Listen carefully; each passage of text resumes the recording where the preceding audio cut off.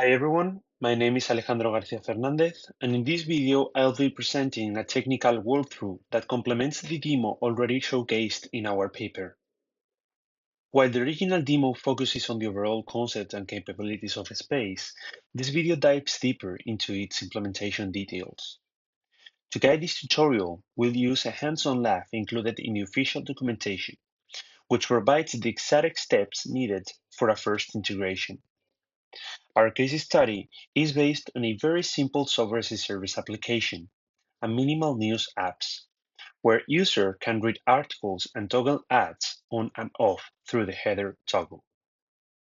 The goal of this lab is to integrate a pricing model into this application. Instead of letting users freely toggle ads in the header, we'll enforce a set of pricing-based constraints. In this case, the pricing model consists of two plans, the basic and premium. Basic users are required to see ads, while reading is limited to just 2 news per day. However, premium users, on the other hand, enjoy an ads-free experience and can read up to 10 articles a day. In this first part of the lab, we will integrate the pricing into the news app so that all these constraints are properly enforced. Before jumping into the implementation, I would like to give you a quick look at the architecture of Space. As shown in this diagram, Space is a standalone API that connects to both the frontend and the backend of a managed service through 4 main interfaces. The numbers indicate the order in which these interfaces must be configured to make the application pricing-driven self-adaptive. The first step, right after deploy the Space instance, is to configure the iPricing, which is the entity that will model the pricing logic we want to enforce. This is done through the Pricing Management API. Next, we would want to configure permissions for all managed services that will communicate with the Space instance, which materialize in the form of API keys that must be configured in those services. This happened through the interface number 2. Then, once the pricing and the permissions are set up, it's time to create a subscription for the hypothetical users of our news app. Even though this app does not include an authentication system, we do need to create a subscription representing a logged-in user, and this will happen automatically every time the service restarts. This action will be performed through interface number 3, which connects to the iSubscription Manager. And finally, we will configure the lifecycle of the pricing token. Remember that this is a JSON web token that contains all pricing evaluations results and information. And this will be performed through the interface number 4. This token is consumed by all managed services, including the frontend and the backend, to keep in sync with information of which features can be accessed, for example, when access should be updated, and which UI components should be rendered or hidden. And with all this information covered, it's time to dive into implementation. Let's code. All right, let's move on to the first stage of this integration, which involves launching the Space instance and configuring the pricing model for our new application, in this case, as an iPricing. To do that, I have already cloned the Space repository, and I am currently located in the root directory of the project. To start the instance, we simply run the command docker compose app -d, and this will begin building the images and creating all containers required by Space. I will fast forward this part just to save some time.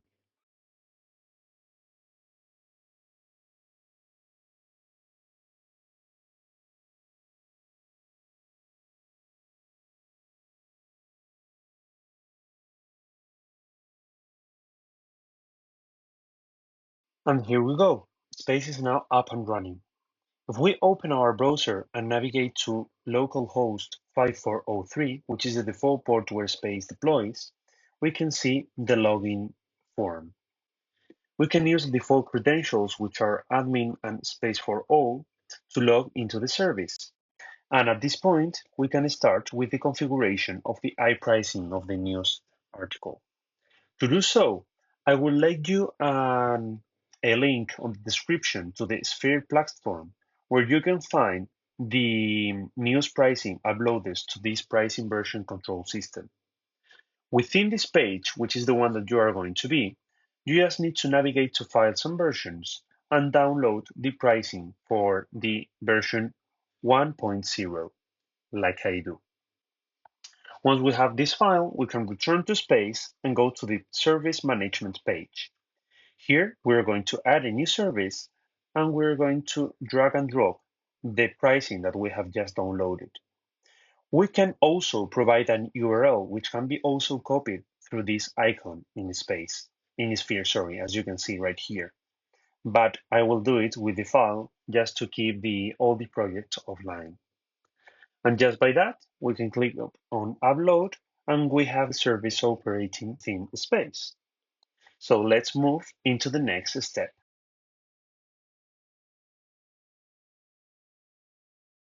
Now let's move on to the second step of our integration, which involves configuring access control in Space. That is, setting up the permissions for the managed services that will interact with this instance. In our simple running example, this managed system consists on just two components, a monolithic backend and a front-end client. So we will configure the permissions for both of them. Let's start by going back to the Space dashboard. Under the access control section, we will locate the app key for the administrator user. Since this is a tutorial, we will reuse the admin key for simplicity. By doing so, we will have access to all the available functionalities. Let's copy this key and keep it somewhere safe, because we are going to need it later when connecting both the frontend and the backend to Space. Next, let's switch over to our tutorial project, where we will start applying some changes. The first step is to install the two official libraries provided by Space. To do so, we're going to just run pnpm add space react client space node client, and we start until the installation ends. Well, now that we have the libraries installed, we are going to begin with the server configuration. In the backend project, within the server folder, we are going to navigate to the index.ts file. In this file, we are going to create which is called a space client, which is doing like that. Going to import both the space client and connect function. And within the connect function, we are going to provide an object with two parameters. URL, which is the URL where space is deployed, in this case, localhost 5403, which is the standard port, remember, and the API key with the value that we have copied from the space interface. And now we are going to stop in the server side at this point. We will continue later. Then to configure the frontend, we're going to go to the app.tsx file within the src folder. And here we are going to substitute the show ads provider with the space provider. This space provider do need a configuration that has to be provided. So we're going to add the configuration on the first page, which is very similar to the one employed on the backend. We need the URL, the API key, which we are going to put the one that we have copied, and it has a third parameter, but this is not important to the tutorial. So if you want to know more about it, you can always check the documentation. And then we are going to import the space provider and substitute the show ads by this provider and also provide the configuration. Once we have this all set, we have to do some changes to the main application. Why? Because the show ads context is being used a lot along the application. So we have to remove all those references just to avoid errors when running the app. So we navigate to the main page tsx file, which is within the pages directory, again, inside the src folder of the project.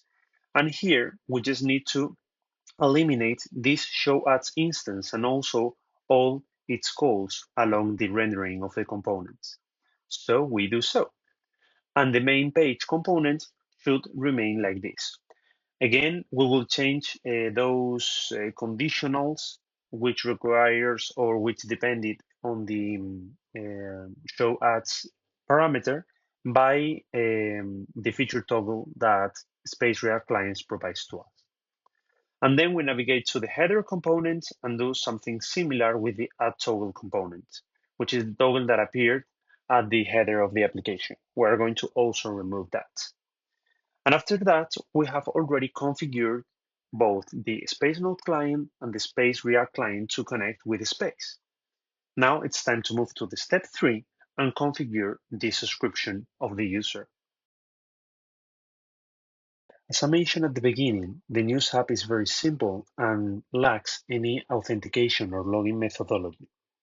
That means that we do not have in the reality many users, but Space requires a subscription to enforce the features of the service and allow the managed service to manage the access to those features. So in this situation, we're going to create a fictitious user that will always be logged in, between quotes, of course, within the application. And to do so, we're going to create a subscription every time the managed service, in this case the News app, is reloaded. Not reloaded in the browser, but relaunched from the editor. So to do this, let's move back to the project again. And in this case, we are going to only need the index.ts file and the utils.ts file again in the server side of the event. Remember that we have already configured our Space client. And with this client, we are able to listen to events that comes from Space. In this case, the event synchronized calls its callback when the connection is performed with Space. Once we do that, we try to retrieve the contact for the user that we are going to test. In this case, we're going to create a test user ID, which is called user123. So, as I was saying, we try to retrieve the contract. And if this request fails, we create a contract from scratch. How? Well, we leverage the add contract method within the contracts module of the Space client and provide an object with the following attributes. User contract, which includes the user ID that is going to be employed and his username. The billing period, which includes whether it could be or not auto-renewed once the current period ends. And if so, how many days is it going to be renewed?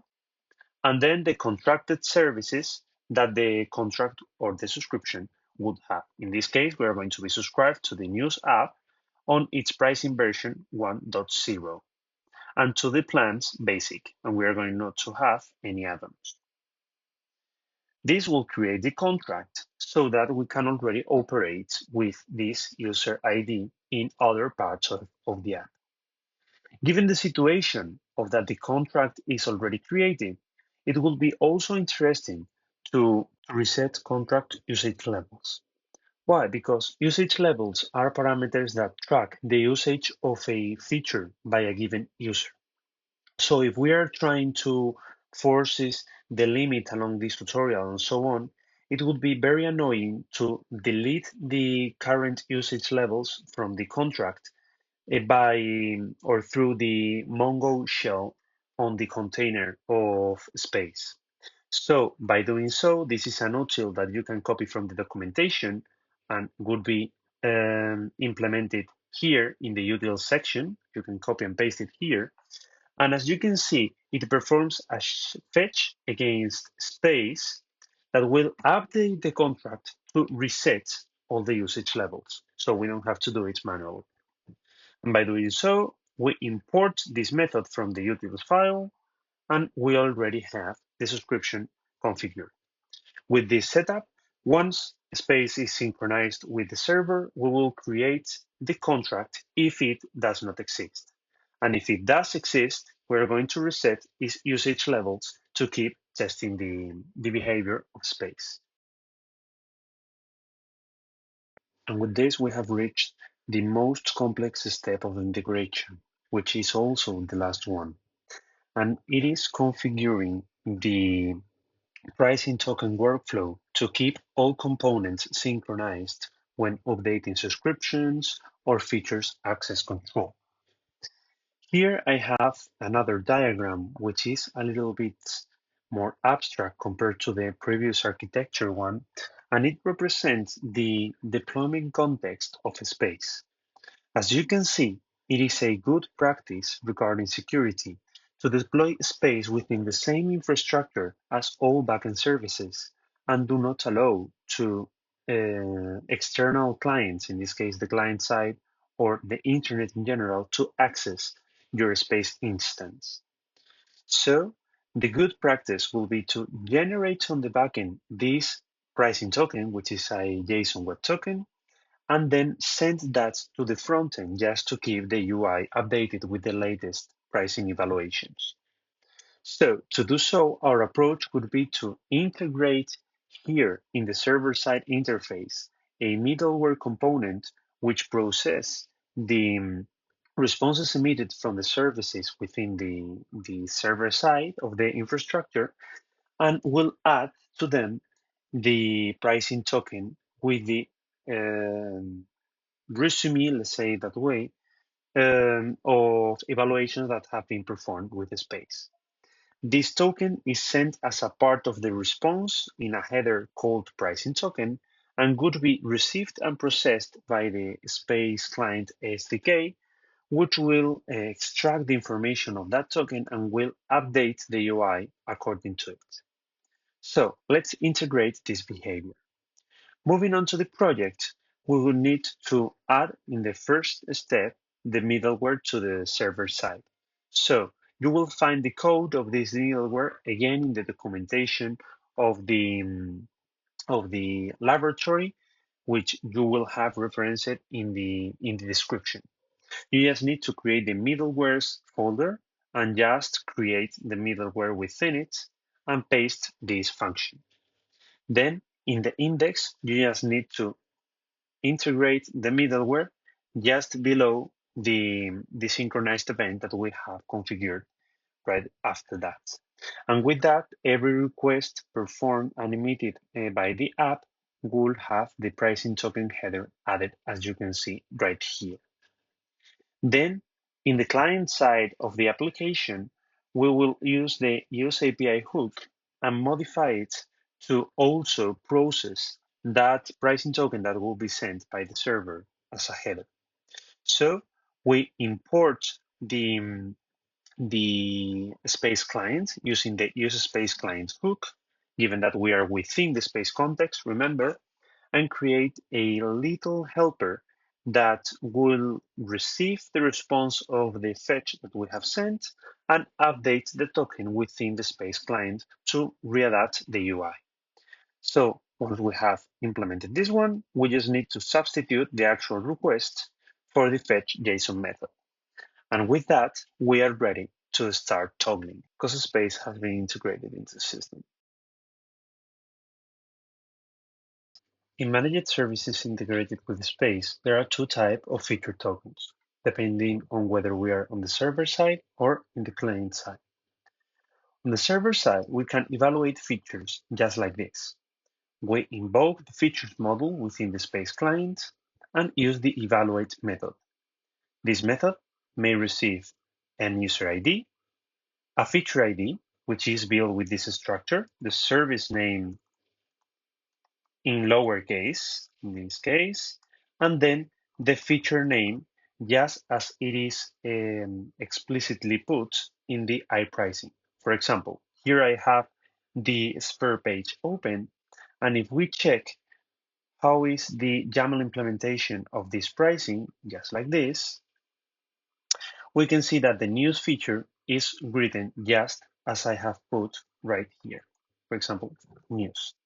In this case, news is also the software as a service name. So we put this in camel case, in lowercase, sorry, and just like that, we got the ID created.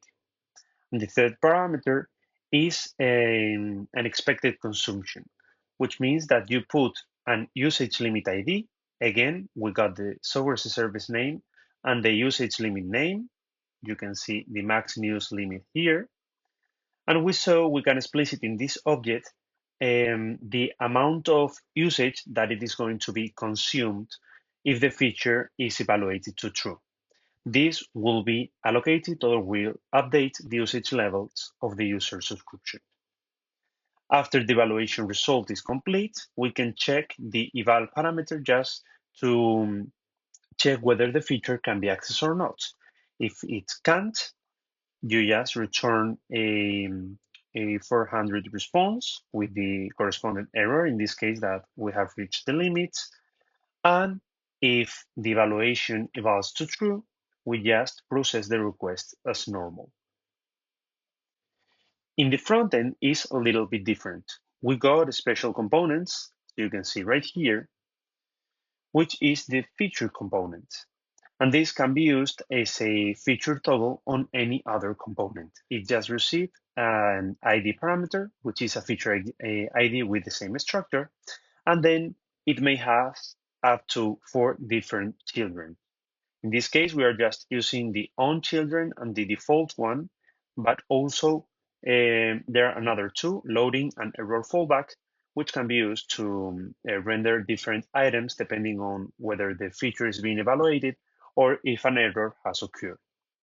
In this case, we will render the left add component as well as the right add if the feature side adds is evaluated as true, as happens in the, remember, in the basic plan, and the same with the bottom add. And in the case of the article sections, we will render it with a different code span depending on whether there are side adds. Remember, on renders its children when the feature evaluates true. So if there are side adds, the article section will be rendered with a column span of 8. And if side add is not enabled, which means that the ads should not be shown, we will render the default children, which will render the article section with a column span of 12. Just like that, we would have completed the integration of the News app with Space. I know that the video seems a little bit long because I have gone step by step explaining every possible situation to reduce the number of doubts, but if you check out the tutorial on GitHub, the integration is much more straightforward since we will apply all the changes on the backend first and then to the client. Moreover, I have taken the freedom of also integrated the logic, an optional logic within the tutorial to render a change plan button on the header. In the end, it just requires to add these two endpoints to the backend and also these two fetches to the US API component, and also perform a little bit of configuration over the header component. As I have said, you can watch all these changes on the tutorial that I am going to leave you in the description below. If we run the app, once we have implemented all our toggles, again, this just renders a change plan button on the header, so there's no more changes.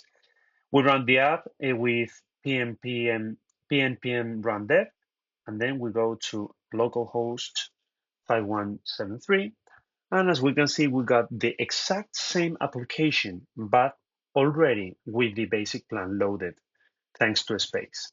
Which means that if we load articles, and we right now have reached the limit of 2, we try to load another, an error pops out saying that we have reached the limit. If we change the plan to premium, we can continue reading even though our current limit or consumption is around 4 or 5 articles, and we can still reading until we reach the other limit, which is a thing that I am not going to do in this case. If we return to the basic plan, we can see that we keep having the limitation on over the news that we can read. And with that said, I hope that this demonstration have helped you into solving the laboratory and also have helped you to understand how space can be integrated into a software as a service and the things that it can be done with it. Of course, the laboratory, if you visit it through the link that I am going to provide in the description, do have a few more stages on which you can, for example, consume the information of the pricing token to render both consumption and limit data on the UI. And also you can react to new pricing events that occurs on the space. For example, when a new pricing version comes out, you can react by updating the contract of the user, in this case the subscription, and the changes would be applied in real time. But all those concepts are a little bit complex to the purpose of this tutorial, so I would skip them for now. If you have any questions, of course, while resolving this part of the laboratory, you can reach me out through the email that is going to be available in the description. With that said, thank you very much for your attention, and I'll be happy to answer all your questions if there are someone.